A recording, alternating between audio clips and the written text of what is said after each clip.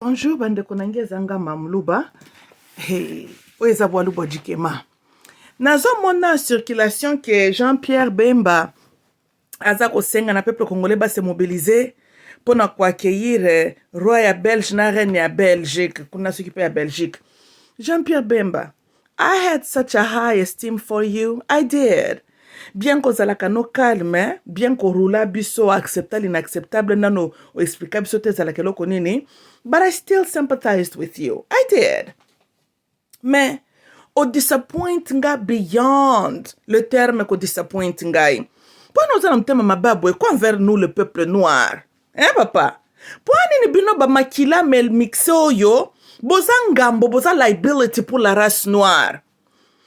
Ça tombe bien kozali ko advocate biso babangulu banyama to yamba koko no ya roi belge bakangela ko kuna na Belgique zonga kuna na Belgique ndo yamba koko na okuna kende ko yambeleka kuna moi si à Jean-Pierre Bemba on dit que tu es notre sœur Kassayenne. Bon n'habite ba Kassayenne ko tozana na ba très très naturel, so I'm not sure que je peux même m'attendre que yo pesa ta conseil malonga, mais quand même ozo kakaka salela qui tribu. Salela qui tribu. Tozala kaba traître. Trahir. Yebisa mobile nobo kendo yamba Jean nani votre roi kuna na Belgique. Oza chilumbuka iko. Oye yango Congo toza modi na balidero bakwetu baya oza la kalikambu nini. Batu normal bozala ka wapi na Congo wana. Batu normal boko bimsa mitutu boluka bo diriger peuple wana. Oza malédiction historique. Comment est-ce que l'esclave mental, il faut toujours baser la kabata opinion à peuple? Quand est-ce que l'homme noir a commis la plantation et slavery? Tokozoka libération na d'esclavagisme mkoloni nzambe toleli yawe toleli butu moyi. Hein? Bandeko nanga, totalata que nani plantation esclavagisme est une métaphore, mais c'est une réalité, c'est là où se trouve l'homme noir jusqu'aujourd'hui. Esclavagisme était aboli sur un papier, physically, mais l'homme noir a toujours na plantation, il y a toujours les gardes autour de lui. Et ceux qui ont avec nous, c'est nos capitales, les gens misent pour nous maintenir les esclaves, bah outi musikate zagaba frère nabiso. Comme les Jean-Pierre Bemba oyo. Tu aurais cru qu'après que la CPI lui a fait, tu aurais cru que modèle Mundela Sakana qui n'a pas roulé yé, que Jean-Pierre Bemba n'ga bima na prison, a reformed man, un homme plus sage qu'il était avant, ma bimiawa plus mutatakana qu'il était avant même d'y aller. Yango prison, ngo soki ba kangi, un chef africain na prison. Bobi maka kuna na ndengeni, bobi maka na ba fulufulu na mututu ezalaka nini. Malcolm X na biso révolutionnaire awa. Avant babouila ye, azaka mael est en train de commettre le crime. Tango babouili ye, muninga tangi ba livre malonga na prison, abimi révolutionnaire. A côté pe na histoire. Mike Tyson abimi na prison a commissage. Metala abiso Jean-Pierre Bemba. Nelson Mandela abima na prison a commis président. Bien qu'un président corrompu, mais comme un président. Tala Jean-Pierre Bemba. Prison Jean-Pierre Bemba bimi a commis plus haut qu'avant. Kakandenga Kotaka, il a accepté l'inacceptable. Mbalo n'habité a accepté l'iniquité, a accepté le connaître habité. Jean-Pierre Bemba est en prison zakindengenin. Il est en prison Kotaka. Et puis où meli mingita ce que tu as dit malam. Moninga Mandela c'est là qui 27 ans. Abimi azola batujuka ka ba anglais malonga. Yo uto bima ba prison na yo nano lo ba français malonga te. Na Hague kuna bala bakabiloko nini? Bala bakalang nini kuna na Hague. Na zo comprendre prison Jean-Pierre Bemba te. Nga kanisa ke lokola kotaka kuna un soda, un guerrier. Akobima kuna na milimu ba Samson. Akobima kuna na milimu ba King David. Akobima kuna penza na ba milimu ya ba révolutionnaire. Jean-Pierre Bemba bimi kuna zalaka nende apôtre. Abimi kuna fatigué de vivre, fatigué cérébral, aucun raisonnement sur la bonne route, nani ligne.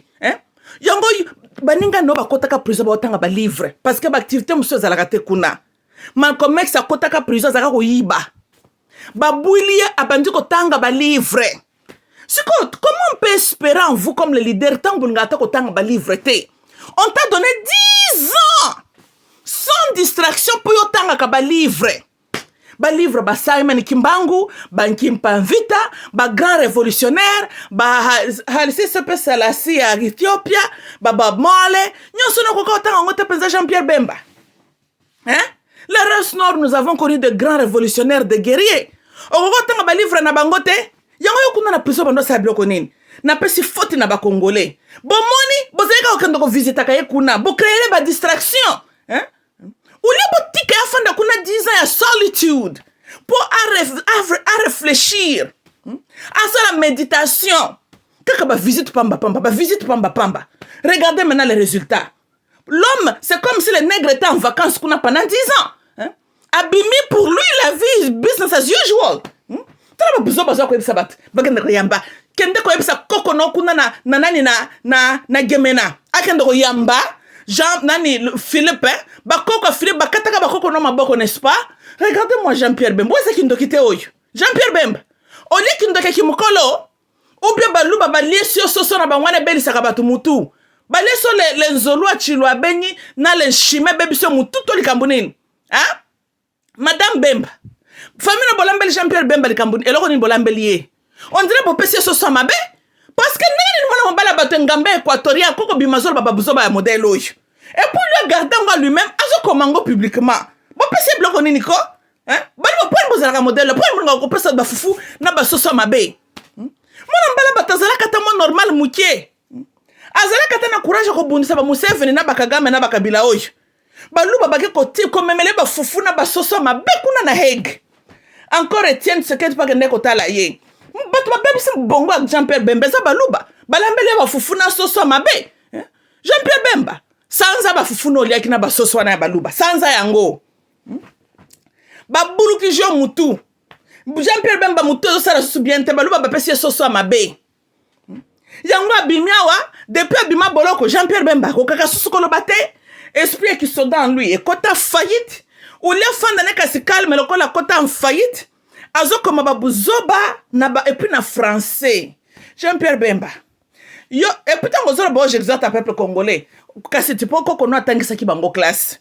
Ba belge ba cousin na yo. 60 ans bango ba bimaka na Congo na indépendance batika ki 65% d'alphabet n'est-ce pas? Siko ba tanga ba français na milaim la yo no komeza banani. Hein?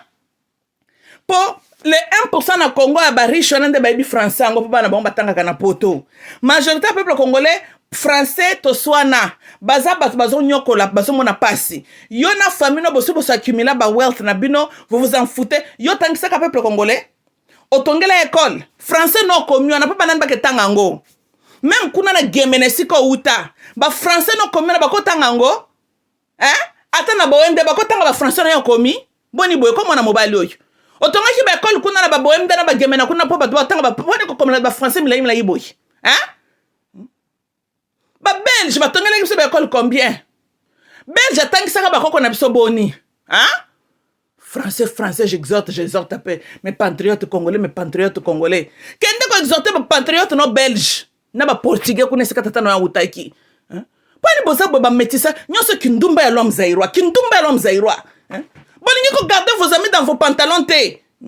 Yango bozo botela ka biso bana lokola ba Bemba oyo bemba sa olonyo yo sipe Bemba zangobor hein aso la biso na ba mentalité jour ba traître oyo aso la identité asa capita il est entre la race noire et la race blanche hein angela sa ba mindele ni Jean-Pierre wana tu flattes à qui ba bomba ka bande kono tous les jours yo comme ba français hein makambo etoka kuna na Est Congo ti Paul Kagame azolo baka babloko zanga tino so komele ngo français na yo pona ko yebisa ba esclave non na plantation bakende ko yamba leur maître blanc c'est ça donc ba français okende ki ko yokola kuna na Hague pendant 10 ans ezali ba français ko yebisa biso ba nègre yo d'être poli d'être gentil to bonga matoke ndoko yamba notre oppresseur nangaki na fingo makambo moko metika na dirigeant vers roi Philippe tout vitoeba mamweba oyoki monam pala lokola ce que peut tout ce que peut ya chimpanzee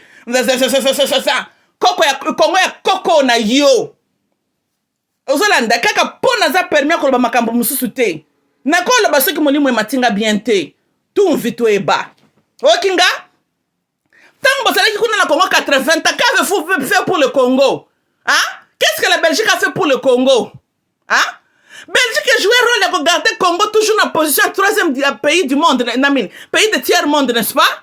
Bobo Malumumba Mabe, Bobo Mamobutu Mabe, Bo fragiliser Nani Kasavubu Mabe, qu'est-ce que vous voulez avec nous? Hein? Roi Philippe, Konyatama Kolona Congo, puisque la Belgique n'avait rien fait pour le Congo.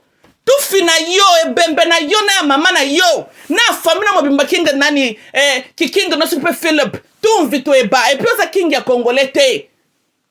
Kabi. Na ba village na mso na ba Roi Philippe kuna, tout vito e ba. Ceux qui ba koko na mso ba banga ka ba belle, ça c'était eux. Biso toza bana ba mitu et batala, nzamba tala mitu na biso. Toza génération ba rebelle. Babiso ba misusu nzambe moko ndira talaka cerveau abosana ki ko sele ba visi mususu ale to botami okwa ko vivre ba liboma na biso naturel o kamwa yo mwana biso toza ba lokola ce qui était venu avant nous to bangelo likambunini babiso toza na ba esprit ba Jeanne d'Arc o sakana ko so coup de tête yo za nane bongo ro akufaka te si toza la ka pena ba roi na Afrique bakenda wapi? Yonde roi liboso belge soza mutu lokola nga kaka ke yo botami na mboka moko boyiba bloko na biso qu'est-ce que ça se moquer de nous qu'est-ce que la Belgique a fait pour nous et puis ozongo sala nini ozoko yela nini parce que bosi bo violaka bokataka maboko boboma bosala nyonso qu'est-ce que tu as oublié na Congo koya note roi Philippe koya te tu n'es pas welcome tu n'es pas le bienvenu Jean-Pierre Bemba azo tinda yo Jean-Pierre Bemba peuple congolais, bon bête Jean-Pierre Bemba wana, bon bandana kaka na ye, puisque ye to ko bête facilement. Jean-Pierre Bemba, ba tinda yo, tatoyo, Oye bloko nini kuna na Hague. Obi oke bloko nini na Kasai. O moni ki gourmandisme sike me makamoto. Bilialia, baki ko pesa ofufu na soso ya mabe. E balusi yo bongo. Ce n'est pas que ce sont ces blancs-là. Oh ba joua kayo rôle po ba carton na masolo bazui nyangala kata circoncision batikie yo ba selo ko mwana mke et puis ba ko tio ba kraka 10 ans ba maîtriser yo kaka bango mindele te Jean-Pierre Bemba et tu es un esclave jusqu'à ce point Jean-Pierre Bemba est-ce que bongo na yo tu es non ou boza nyama tu oza na conscience te oza mutu normal zamba sala oyo comment est-ce que le même système oh, bah, cassé que bah, gardons na boloko 10 ans. Tu as vu ce qu'ils t'ont fait. Dans le bien, yo bah, kanga qui officiellement bah, le bio, pour bah, soda no bah, kanda bo mabatukuna na nani na bangi. Kagame, bah, soda ne bah, kota kananga mba kongo bah, bo makabatu. Oso yo ki heg bah, otoka po Kagame. Oso ki heg bah, otoka po Kagame. Les soldats américains, tala makambutu basala na Vietnam, na Irak, na Afghanistan.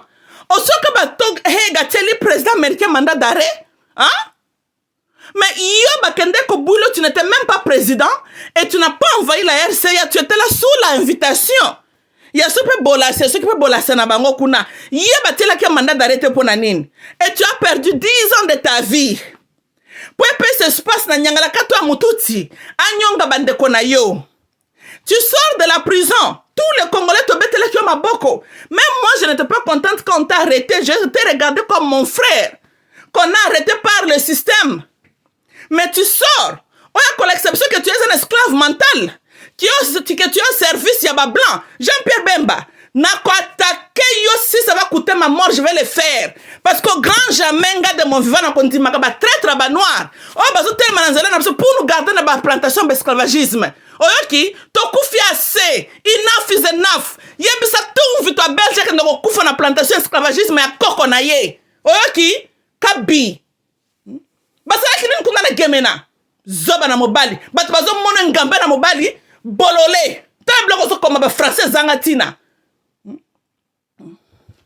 Babo makabande ko no jour ne so comme la bango français. O comme ba français malonga.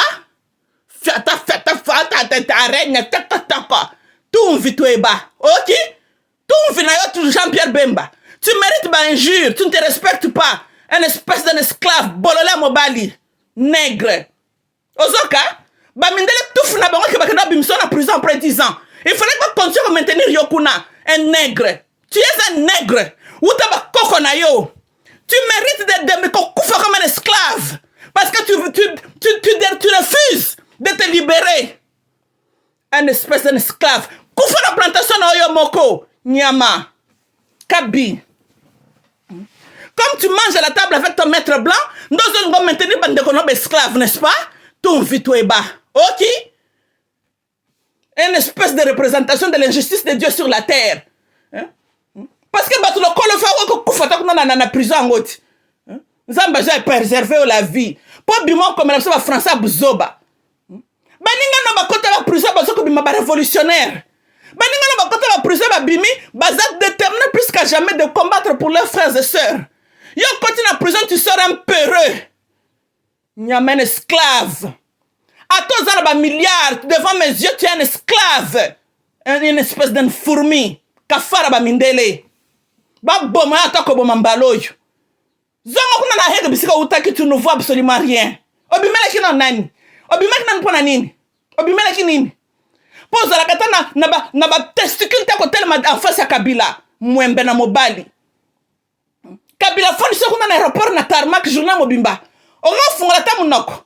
Pona ko so to ko yamba zoba ya belge wana aussi wa français amila imla ko. Okomaki wa français na aéroport te pona nini? Tant Kabila foni so kuna tarmac. Il fallait ko ba français ngoti. Lâche. Ba français non pour tes frères. Et pour quel français? Bisoba zoba. Avec tout ce que la Belgique a fait pour nous, toi qui n'as pas la Belgique, hein? Donc tu nous insultes, yo, nègre, espèce d'un esclave, le fils d'un esclave, ou t'as kokona yo, et tu mourras un esclave, zoba. Pas de pitié avec les esclaves, pas de pitié. C'est lui qui choisit de demeurer esclave, tu crois qu'il est maraté. Il n'y a aucune raison pourquoi en 2022, l'homme noir doit continuer comme ça, esclave mental. Tout vite ou bas. Kende ko fanda kuna na Belgique na barwa na yo. While you there you set to fingiye. Na bisika bimelaka. Kapo na kolo bangote. Nyama. Yebi makamni ba Belge basalaka kuna na Équateur même. Zoba. Oh, par rapport à Boma, plus de 10 millions de Équateur, au monde est yo Jean-Pierre Bemba. Yo, quand tu pensais quoi applaudir que roi de Belge a na Congo? Tala makam Belgique basala en Équateur. Yo ko tu penses quoi encourager ngo? Tu es le seul politicien Congo là-bas? Poni baninga ba ko ba français buzo baté. Baninga misu na bango. Boli misanga bandeko, hein? Ngalo bien Jean-Pierre Bemba. Baninga na yo. Ba Martin Fayulu.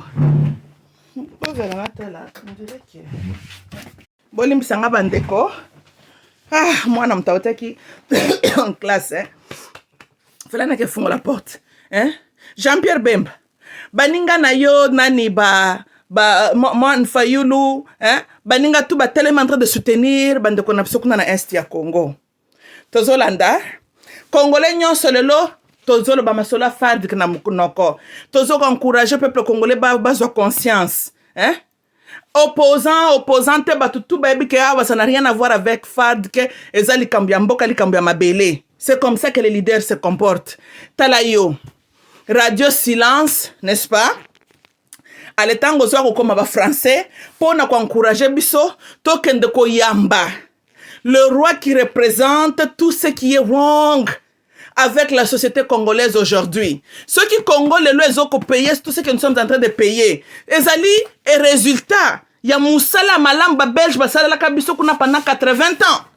Ce qui totalement bien, la plupart des problèmes que nous avons ici au Congo, ils ont la colonisation, n'est-ce pas? Et yo Jean-Pierre Bemba, je suis très déçu, moi, qui les a bien teint. Tant que il y avait les gens qui disaient que Jean-Pierre Bemba méritait la kuna zaka moyibi azalo koso. Babiso misu tolobi jamais on peut pas mettre notre frère noir na ba prison kuna tozo ko défendre que moralement it's not right. Tala ba mindele basala ba crime belé contre l'humanité ndengeni bakanga ka bango to bakendo kanga kaka frère na biso. Nzokande ça serait mieux soko kufela ki atakuna.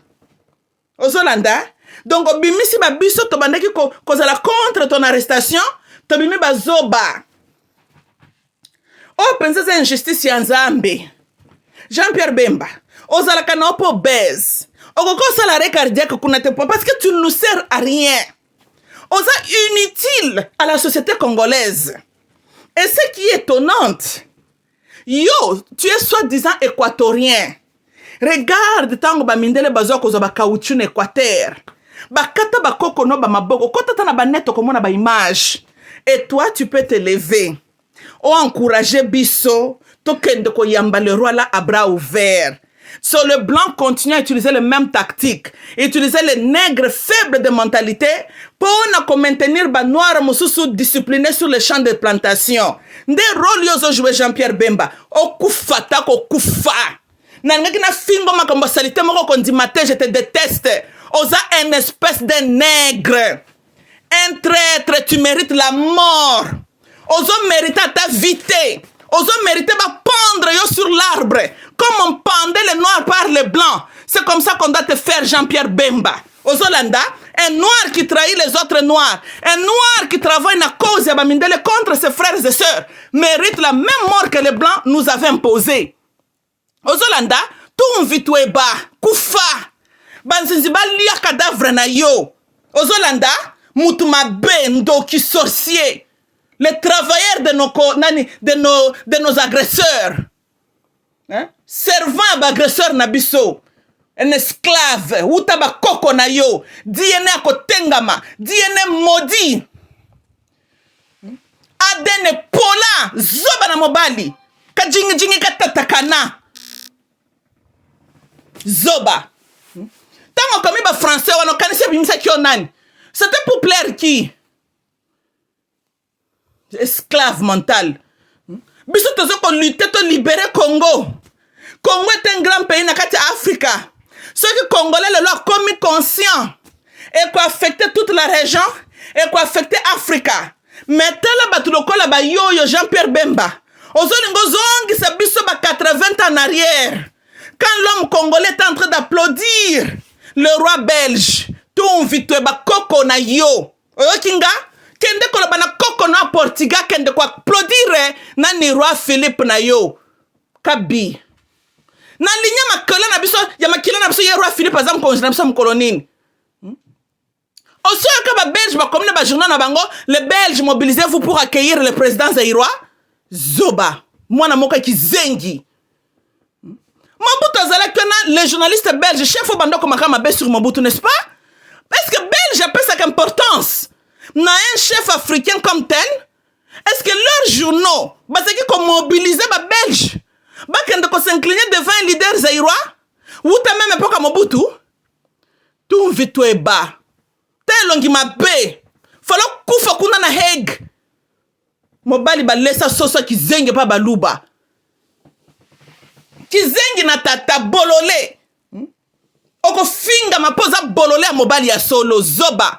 Un esclave. Ka jingi jingi. Quand tu tiens na moko boy.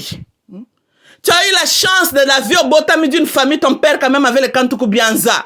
Au lieu de saisir l'opportunité, on éduqué cerveau no malamu. Oza la moutou normal. Le bon Dieu t'a donné l'opportunité, Jean-Pierre Bemba. Tu pouvais aider la libération de frères et sœurs na yo. You had the opportunity. Mais tu as laissé cette opportunité-là te glisser dans ma bouche parce que tu es un gourmand. Tu es un égoïste. Yo za no maudit ndengo za la kawana. Parce que tu étais envoyé sur cette terre na mission. Ta mission était à utiliser les privilèges que le ciel t'avait accordés par droit d'aînesse. C'est ton père qui avait établi le nom. C'est ton père qui avait établi nani compagnie naye. Et ça là qui yote? Yo botama que tu as bénéficié de cela. Mais to whom much is given, much is expected. Quand tu es né privilégié, tu as une obligation morale. Yakoluka kotika ba empreinte pa malam na mokili ya batu. Et c'est comme ça que le cycle de vie continue. Le bébé batu ba kolobele lo bana Jean-Pierre Bemba, Bemba zalaka héros, Bemba lutaki. Mais regarde l'histoire que toi tu vas laisser derrière toi. Un espèce d'un sorcier. Un bon sorcier qui se respecte ndoki. Wapi compagnie papa no abundisa qui pour établir. Oza na makila muzaza, oza na makila ko bebisa. Ozana maboko mazaza. Libele be melisa ko jibela jizaza. Oza libabo oza ko pola ndengo za wana. Ko banana pole minière cerveau pourri. Oza kuzaza partout. Yango za na mayele te. Qu'est-ce que tu as fait de nom de ta famille? Est-ce que tu as ajouté un plus de ce que toi tu avais trouvé? Ton père avait mis la fondation, il fallait que tongata au baksata dot. Qu'est-ce que tu as fait? Ok, ko squander mbongo la famille nabino, na ko kota na ba rébellion, yo Jean-Pierre Bemba. Tu as tué tes frères et sœurs congolais kuna na Kisangani, n'est-ce pas? Tant yo na ba Uganda na ba bando bunda ba bitumba na bina ba intérêt. Boité, et à la fin de compte, quand les blancs t'ont donné leur proposition pour tika ko bundisa Kabila, tu as accepté. Tant yo ndimaki otika, c'était pour nous avantager nani, parce que c'est là qui prend intérêt au peuple congolais, hein? Tu viens nous dire j'ai accepté les acceptables. Bake babouili yo. Mais biso to l'action du kakoza macha hamumeno. To telemi simana yo. Tozo ko souhaité que ba libérer yo. On t'a soutenu, to lobi c'est notre frère Rosa Makila Amino. Oyebi Makila nyosto lino hein. Yango nzamba salaka peka ka ke lino pe longwaka. Nga moni balu ba bo changer d'âge no macha hamumeno. Hein? Nzamba yeba pesi mutu 32 dons oui. Mais koza pe na bakanza mboko mona longoli place moko lino longo puis place na lino msezo botate. Botika ko nga ko corriger la nature. Pour te montrer que lino se longo qui place na kala. Makile se seigneur que se kauka et sili. Tika na ba 30 dans na yo to perda ki mi balé macha homen macha yo za na 40 ans. Minu nana mi balé longo depuis que tu avais 19 ans. Siko ki macha ngotanga jusqu'à quand? Hold on, ne loko faut déjà se débarrasser nango. Tant nzambe moko atiketa ke linu na yo, elongwe keyi. E seigneur pi makila ne se kauka tika makambo za la bongo. Tika makambo za la bongo Abraham akabona kana ndeko na Lot. Ce n'est pas parce que mutazan ndeko no qu'il faut kangama non. Il y a certaines batubaza ba lien karmique na ndenga mabe. Leur rôle c'est de vous nuire. Ce que l'homme noir a monaka passé sur la terre. Mais ça a pris l'homme noir pour trahir l'homme noir. Baba trahisa kabisa zaki banani. Bande ko na bisoti. Et ça parce que la Jean-Pierre Bemba oyo. Il est notre frère du sang. Mais ce que tu l'indiques qu'émotion, regardez la qualité de son cerveau. Est-ce qu'il travaille pour nous ou contre nous? Il est un danger pour nous. Sikoy, Tokolanda, Azamacha Hamumenu, ou bien on doit le traiter comme on voit les blancs. On doit kokomaka na niveau wana botika ma raisonnement o macha homto tika bloko wana. Un traître reste un traître. Un traître ta abimina libuma mama na yo. Ceux qui ont menacé vie na yo, débarrasse-toi de lui, mets la distance entre toi et ton frère. Poezate ko poyo ke Alexandre kono bolingonda ko lingaka yo. Muto lingyo ta lingyo te. Muto za programmer ko détester ka yo kaka. Po muto ko bomaka na vie ezaka ndeko no na macha mumenu. Muto ayebi yo. Nde muto ça le plus dangereux même que le kamto ayebi yo te. Pourquoi les blancs utilisent toujours un noir pour atteindre un noir? Parce que ton frère te connaît mieux. Biso loko boma biso toza la kabato hospitalier, toza na tia ventilateur molunge na ba kokanga kango yo. Ba pomo na ngebela ka covid zawa. Taranga nyangala kato na kenda comme ça notre frère. On doit les soutenir. Excuse me. Frère aina mulimo ya kwa make fun of us, to make a mockery of us. Jean-Pierre Bemba c'est kibiso. Tout vite Jean-Pierre Bemba. Tout vite Jean-Pierre Bemba. Tout vite moi si non pas zaka moi si moko zanga mayele lokolo mobali. Parce que there's no way je peux me coucher, me réveiller avec un esclave mental. Yeah, I will not stay married à un nègre mental. Oh, hell to the no. You know, sure. Nalali na mutu, ala mukilo bezo koma ba Français buzo bandenge wana. You know exactly aussi ko koma ba Français na la prochaine ère ngakuna la prochaine ère rezo koya ngana divorce court. Raison, je vais faire l'erreur, j'avais épousé un mutatakana. Pour la toute parce que comme toi zakane bandelite. Hein? Kaka ndenge ya chani ba reconnaître que pour la toute première fois les États-Unis ont reconnu le mariage fait au téléphone. Yanga il peut pas pour la toute première fois là le juge va reconnaître que la femme était mariée à un homme qui était djingi dans la moutou. Alors va accorder un divorce. Oui. Tu comprends que quand on a raison on a ba tribunal. Parce que baba djingi a mi balo yo. On fana na yo moi ça za la soumise à quoi? On se soumet devant quoi? Hein? Un homme tu dois être quand même un homme tu dois être intelligent pour se soumettre non, je dois voir un champion en toi. Je dois voir mon leader en toi. Mais quand tu es un esclave mental, non se soumettre à nos pas mettre Mundele, c'est ça. C'est quand la femme noire dans l'histoire a une plantation et que les hommes noirs sont soumis devant les blancs. Quelle était devenue la femme noire? hein? Soumission peut zalaka na ba exemption. Exception. Hein? Soki bali un homme qui est mutatakana mental. Ok, pas juge. Raison qu'on s'enga divorce, l'erreur est humaine, tu te rends compte que bala qui est un bourrico. Ce qui va tout nous expliquer comme c'est un nègre mental. Il veut me garder sur la plantation of slavery. Mobali nangai aza très complexé devant la peau blanche. Comment bloco tuana na pa na mkanda? Juge kotanga akomona que moi si aza éveillé. Bako accorder divorce. Que je na forcing me na stay married à un nègre de la maison. Pour boire kanganga na mettre pour le premier degré pamba. Jusque là na kende ko funda na zo senga divorce. Ceux qui vous ne reconnaissez pas cette raison là, n'a pas ce divorce yango sur la naturalité. Divorce naturel les araganines que la mort nous sépare. Yap, si un de nous n'est plus, à suppose vous divorce hein oui. Gaina kende ko bota na mujingi jingi, po bana na ngai ba bota ma toujours sous l'oppression. Qu'est-ce que je fais alors? Hein? Donc ngane na mukina kumba bazemi ya mburiko. Et puis ba buriko ba makila makasi. Ba buriko bazaka na adel moko koti ya tembete. Bazaka mbamba na vie. Et puis balingi ko bota et puis bazemi na bango ratakate. Agwa ko tanga bazemi na bota bata ba IQ tengama. Bango ba ko mabazoba comme leur papa. Hell to the no. Wana sukonza mba ko maki ngona verset biblique nini? Hein? Ponga na tanga ki verset biblique nzamba bi le projet que j'ai pour toi est la prospérité et la joie. Si on a ce qui n'a qu'à botter jing na samokil, wapi prospérité na joie. Mon jing est égal, le futur de mon peuple est éternué. Si goy. Tika bloko na kokao, tika bloko na zamba le baki makambo musus. Faut pas avoir que tika ba kanda ba héros. Ce qui me parle na sa jing dans la tête. Qui est dans le tribunal. Mon jing doit être reconnu comme un crime. Ça doit être accepté comme la raison pour laquelle une femme peut demander le divorce. Comme Jean-Pierre Bemba. Quand on épouse un homme mutatakana comme lui, le cours suprême yangwa Kinshasa, je ne vous comprends pas. Bena bat bonga ko kota barenyo ba loi na ba motion. Bo introduire motion, bo tia pesa 00 bar. Ko ki mu jinga esclavagisme mental ezali illégal. Allez, bo sala ngo rétrospective, bo bandina na côté la Jean-Pierre Bemba mandat d'arrêt. Akota pensa makala raison mu jingi. Aka no fanda la ngona makala. Bon, ma raison, elle bosse faire que 10 ans. C'est qui raison valable? Moutou sont invités.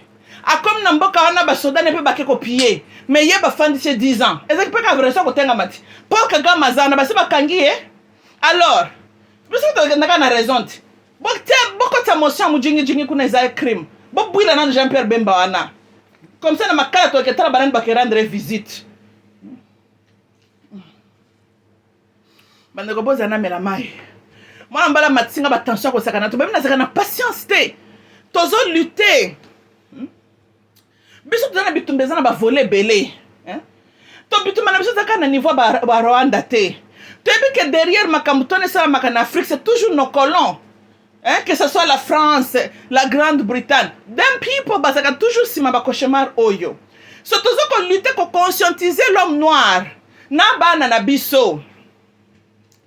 Et nous avons toujours comme la malédiction historique nos propres frères, comme les Jean-Pierre Bemba, les esclaves mentaux. Yango Mindele ba batela qui est bien. Parce que noir roya solo zaka contre Mindele, soka zo bima na bolo kono komona ba bima ka 2 ans après akufina ye. Basi ba bete batonga bi. Soka moni noir ou mel na bolo ko pe abima zaka ka bien. Yeba ka bimi na raison. Basi ba corrompre makanisi. Parce que mingi ezalaka soit ba mindele ba bandi ko lukaye. Il y a toujours deux choses. Soit noir a kobima comme révolutionnaire qu'à jamais comme on a vu avec le Malcolm X. Hein? Ou bien mindele ba comme ko lukaba bomé noki. Mais ce comme on est noir a outi ba boloko ke ba mindele nde batiaki ye. A betele ngo ba 10 ans, ba 20 ans, abimiona mindele bazo société ba ke aza corrompu. Basi ba soukole cerveau, il est au service des blancs. Donc basi les gens seulement punir leurs enfants pour na maba salaki, mais batiki na bango ba batela qui est bien.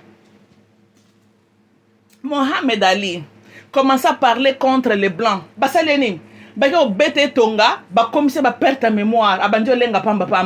Allo balisus bloka bande koloba, n'est-ce pas? Mohamed Ali tanka ka utaka na bitumba na ya Wrangell in the jam gol kuna na makambi ya Zaire, hein? Na George Foreman. accentué kolobaloba même pour conscientiser bande connaît personne contre les blancs. What happened to him afterwards?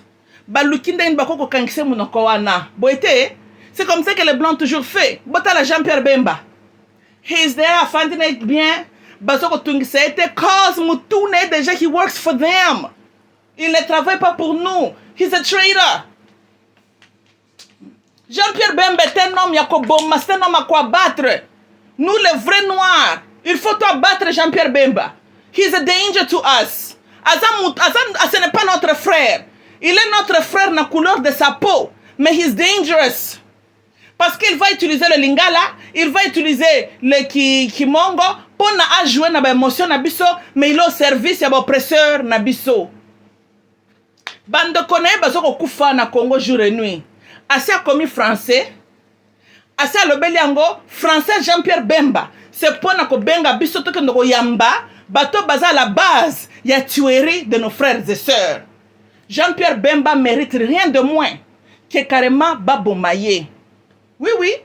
C'est quelqu'un que nous, il faut éliminer dans Zéla Nabiso. Soit à Kangi Mounokona, Kota Gasuma Kamba Congolais, Azon Akuna na Portugal, mais ceux qui continuent à jouer double jeu, Bossila Nanaye. Listen, nous avons, t'as la même zambe dans l'écolo, quand il s'agissait, Moses Sakokota Terre Promise, c'était ça sa décision. Teokani, Botika ba émotion ko tengama. Poliwe sali sakamutuli sekite. Bande kona biso bakufaka na basi na bana na mibali tozolanda tokozonga na sama bele totoke ndoko la musabango tolo batete zaika masekyo monito limbisa na to lingana. No, it's done. Bazaba kei bakei. Nzambe pe na lola ya des fois zoka ba décision il est sérieux avec. A rejeter karwa sol tanga tinde ke ndoko bomba malakite. Ya komi kuna destin yo ke la ba certain mawa. Nzambe asila na kana ya rejeter kaye. Parce que plus tard, bon moni mawana wana descendance on ba kiko continue ko créer Israël mi tout passi. Et ça va donc ba Jean-Pierre Bemba oyo. Ce qui te continue ko tale que c'est notre frère. C'est un frère très très dangereux. Imaginez-vous ce que Jean-Pierre Bemba comme kata président mboka wana. Moi je croyais que ça Republican, I used to root for him. Mais Jean-Pierre Bemba est un danger pour notre existence. Sera comme qui président